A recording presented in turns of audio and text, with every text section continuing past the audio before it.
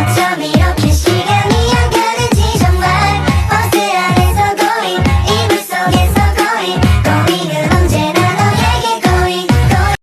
Assalamualaikum warahmatullahi wabarakatuh. Perkenalkan, nama saya Lala Afriani, NIM 2110202029. Di sini saya akan menjelaskan secara singkat materi-materi dari mata kuliah pengelolaan pembelajaran. Baiklah, yang pertama yaitu pengertian dan hakikat-hakikat pengelolaan pembelajaran. Apa sih pengelolaan pembelajaran itu?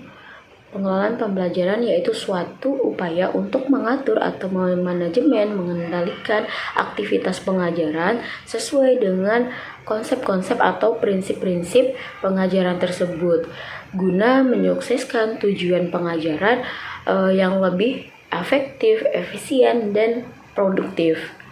Terdapat 3 indikator dalam pengelolaan pembelajaran. Yang pertama, perencanaan pembelajaran. Kedua, pelaksanaan pembelajaran. Dan yang ketiga, pengawasan.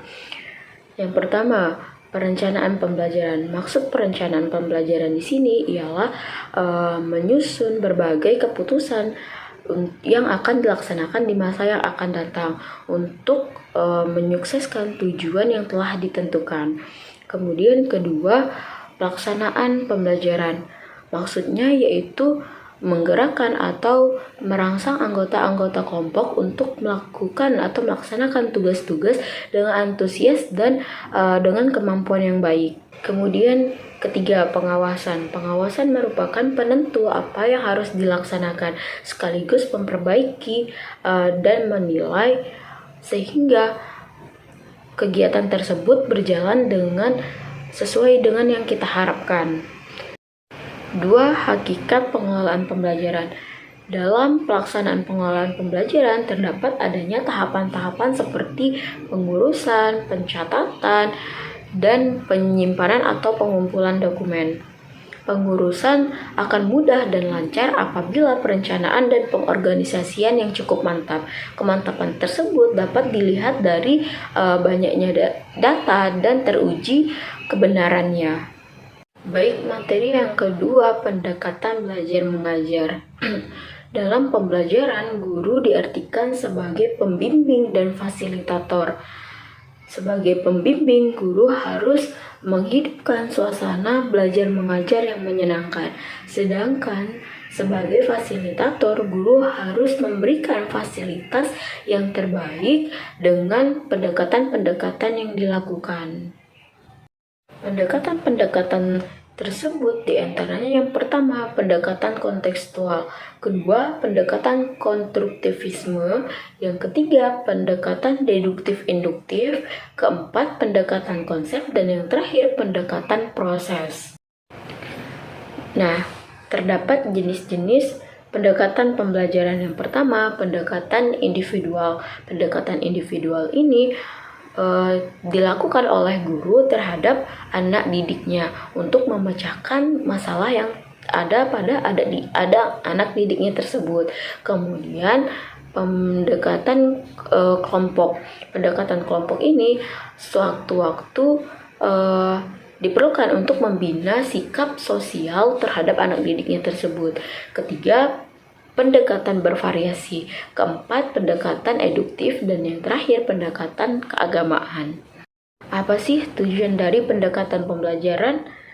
Yang pertama, meningkatkan pemahaman. Kedua, mengembangkan keterampilan kritis. Yang ketiga, mendukung kolaborasi. Dan yang kelima, mengembangkan kemampuan pemecahan masalah. Nah, apa sih tujuan dari pendekatan pembelajaran tersebut? Tujuannya ialah yang pertama, meningkatkan pemahaman. Yang kedua, mengembangkan keterampilan kritis. Yang ketiga, mendorong kolaborasi. Yang kelima, meningkatkan kemampuan pemecahan masalah. Kemudian, terdapat pengaruh pendekatan belajar mengajar. Yang pertama, memotivasi siswa, pemahaman yang lebih baik, keterampilan pemecahan masalah, kolaborasi, dan keterampilan kritis. Kemudian pendekatan pembelajaran aktif. Pembelajaran aktif merupakan salah satu pembelajaran yang menggunakan model Pendekatan pembelajaran ini terpaku pada siswa dan guru sebagai sumber belajar yang berperan untuk menciptakan pembelajaran yang kondusif. Materi yang ketiga yaitu metode belajar mengajar. Metode pembelajaran merupakan sebuah jalan atau cara guru dalam menyampaikan pesan kepada peserta didik, yang mana pembelajaran tersebut sudah disusun melalui kegiatan nyata atau praktis. Kemudian faktor metode pembelajaran. Yang pertama, anak didik, yakni manusia berpotensi yang menghajatkan pendidikan. Kedua, tujuan, sasaran yang dituju dalam setiap kegiatan belajar mengajar. Ketiga, situasi, kegiatan belajar mengajar yang guru sampaikan tidak sama hari demi harinya. Keempat, fasilitas. Fasilitas merupakan hal yang mempengaruhi dalam setiap pemilihan dan penentuan metode pembelajaran. Dan yang terakhir, kualitas guru.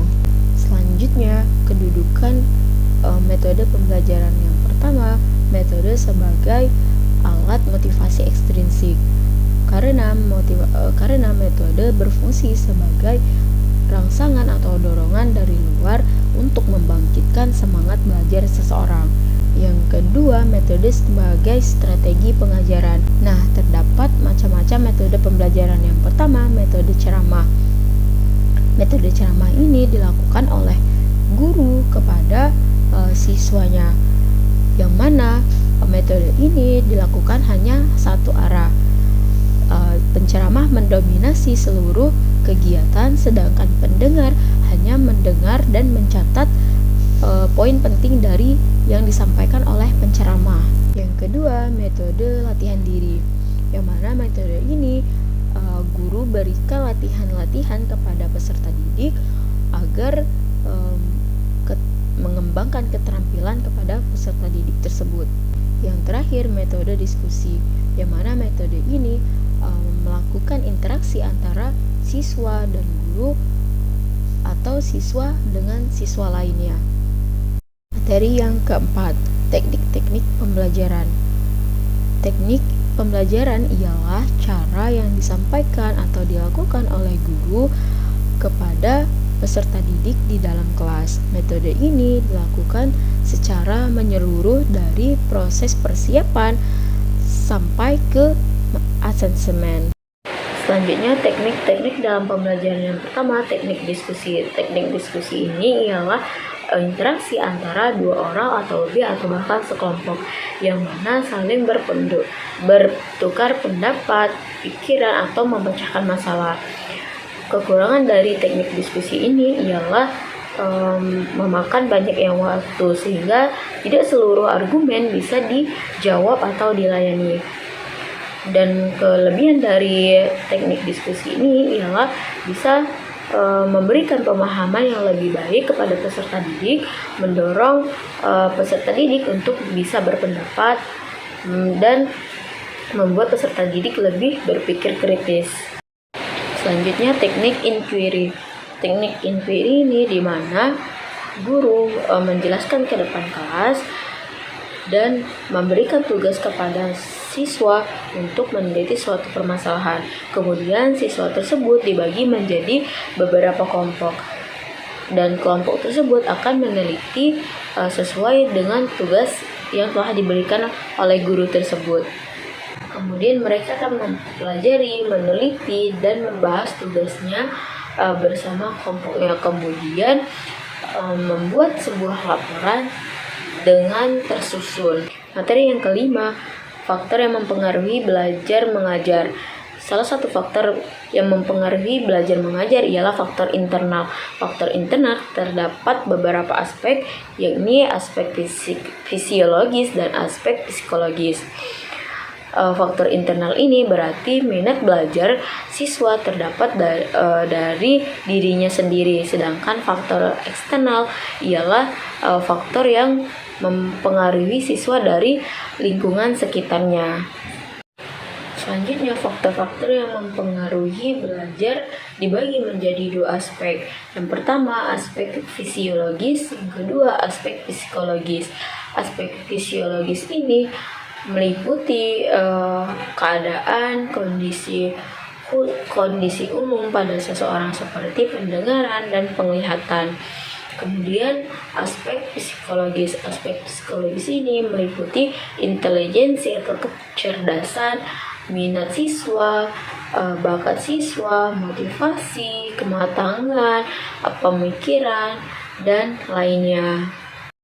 Jadi dapat disimpulkan bahwa faktor yang mempengaruhi belajar, yang pertama faktor internal. Faktor internal ini antara lain kondisi siswa seperti jasmani, rohani, kematangan, pemikiran, terus kecerdasan.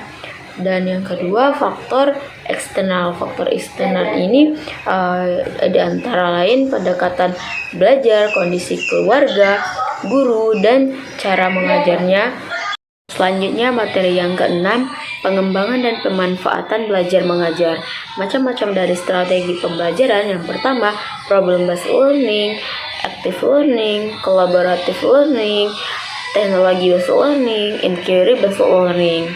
Nah, pengembangan strategi pembelajaran antara lain yang pertama, perencanaan strategi pembelajaran, 2. Implementasi strategi pembelajaran, 3. Evaluasi strategi pembelajaran. Apa saja manfaat strategi pembelajaran bagi siswa dan guru? Yang pertama, manfaat strategi bagi siswa. Siswa terbiasa belajar dengan perencanaan yang disesuaikan dengan kemampuan sendiri, dan juga siswa mempunyai pengalaman yang berbeda dengan temannya meskipun terdapat beberapa yang sama. Sedangkan manfaat strategi pembelajaran bagi guru, yakni guru dapat mengelola proses pembelajaran untuk mencapai hasil yang efektif dan efisien, dan guru dapat mengontrol kemampuan siswa secara teratur. Materi yang ketujuh, variasi mengajar dalam pembelajaran. Variasi mengajar ialah suatu proses pendekatan mengajar yang dilakukan oleh seorang guru pada kegiatan pembelajaran dengan menggunakan berbagai macam variasi seperti strategi, metode, dan teknik. Dan variasi pembelajaran ialah suatu proses interaksi belajar mengajar yang ditunjukkan untuk mengatasi kebosanan murid sehingga murid antusias, menunjukkan ketekunan, antusias, dan serta penuh partisipasi. Materi yang terakhir, pengelolaan kelas. Seorang guru dituntut mampu untuk mengelola kelas, yaitu menciptakan dan mempertahankan kondisi belajar yang optimal untuk mencapai tujuan pengajaran. Pengelolaan kelas yaitu suatu upaya guru untuk mempertahankan, menciptakan, dan menumbuh kembangkan motivasi belajar untuk mencapai tujuan yang telah ditetapkan. Selanjutnya, prinsip-prinsip pengelolaan kelas diantaranya hangat dan antusias, tantangan, bervariasi, keluasan, penekanan pada hal-hal yang positif, optimisme dan percaya diri, adil, dan kesederhanaan. Kemudian faktor-faktor yang mempengaruhi pengelolaan kelas. Yang pertama, kondisi fisik, kedua, kondisi sosial emosional, yang ketiga, kondisi organisasional. Mungkin itu saja materi singkat yang dapat saya sampaikan. Semoga bermanfaat. See you and goodbye.